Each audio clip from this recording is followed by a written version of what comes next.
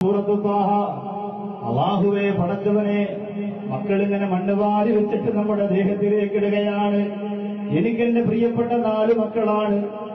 ഞാൻ മരണപ്പെട്ടു പോയാൽ എന്റെ പള്ളിപ്പറമ്പിൽ എന്റെ മയ്യത്ത് കൊണ്ടുവച്ചിട്ട് എന്റെ ഏറ്റവും അധികം വേണ്ടപ്പെട്ടവര് ബന്ധുക്കള് എന്റെ മക്കളെ വിളിച്ച് ഖബറിനടുത്തേക്ക് കൊണ്ടുവരികയാണ്.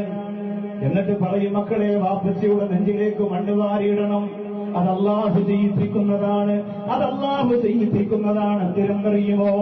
വാപ്പ കൊണ്ടുവരുന്ന ചോക്ലേറ്റിന് വേണ്ടി കാത്തിരിക്കുന്ന പ്രിയപ്പെട്ട മക്കളെ കൊണ്ട് മണ്ണുവാരിയിരിക്കുന്ന റബ്ബിനാ, മക്കളെ ഒരു മുത്തം താടാന്ന് പറഞ്ഞ് മക്കളുടെ അരികിലേക്ക് വന്ന് ആ വാപ്പച്ചി വിളിക്കുമ്പോ ഓടി വന്ന് വാപ്പച്ചയെ കെട്ടിപ്പിടിക്കുന്ന മക്കളെ കൊണ്ട് അല്ലാഹു മണ്ണുവാരിയിരിക്കുന്നത് എന്തിനാണ്? ആ മക്കളെ ബോധ്യപ്പെടുത്തി കൊടുക്കലാണ്. ഇനി ഒരിക്കലും നിന്റെ ജീവിതത്തിലേക്ക് വാപ്പച്ചി കടന്നു വരൂല.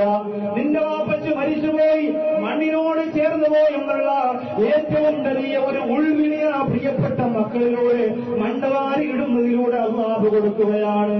അതെനിക്ക് സംഭവിക്കുന്ന പോലെ നിങ്ങൾക്ക് സംഭവിക്കും, യാതൊരുവിധ സംശയവുമില്ല. ആ സംഭവിക്കണമെങ്കിൽ നമ്മുടെ നാട്ടിൽ നമ്മൾ മരിച്ച് നമ്മളെ അവിടെ അടക്കണമല്ലോ. അല്ലാഹുവേ, ഈ കപ്പൽ വന്ന പാവപ്പെട്ട പ്രവാസികൾ മയ്യത്തായിട്ട് നാട്ടിലേക്ക് കൊണ്ടുപോകുന്ന ഒരവസ്ഥ നീ വരുത്തല്ല തമ്പുരാനെ.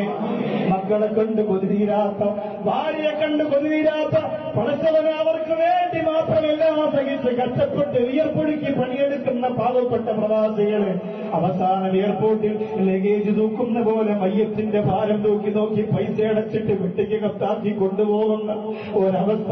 ഹബീബിനെ ഇഷ്ടപ്പെടുന്ന, മദീനെ ഇഷ്ടപ്പെടുന്ന ഈ പാവപ്പെട്ട പ്രവാസികൾ